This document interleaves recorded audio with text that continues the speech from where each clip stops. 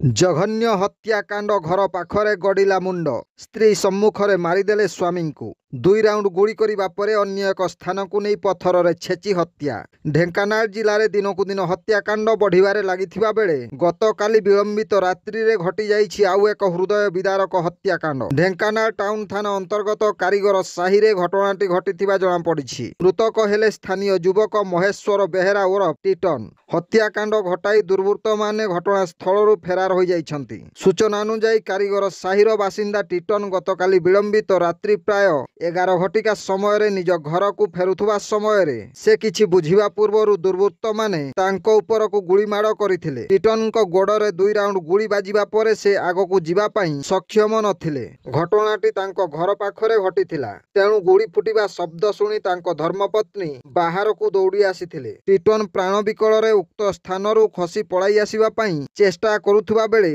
दुर्वृत्त माने टिटन को सेठारू घोषाड़ी नहीं अन्य एक स्थान रे पत्थर रे छेची हत्या करिथिबा सूचना परे तांको ढेंकानाल मुख्य चिकित्सालय रे भर्ती करथिले मध्य डाक्तर मृत घोषणा करिथिबा जणा पड़िछि। घटनास्थल रे टाउन थाना पुलिस पहुंची तदंत करुछि। ब्यूरो रिपोर्ट जनजागरण ओडिया।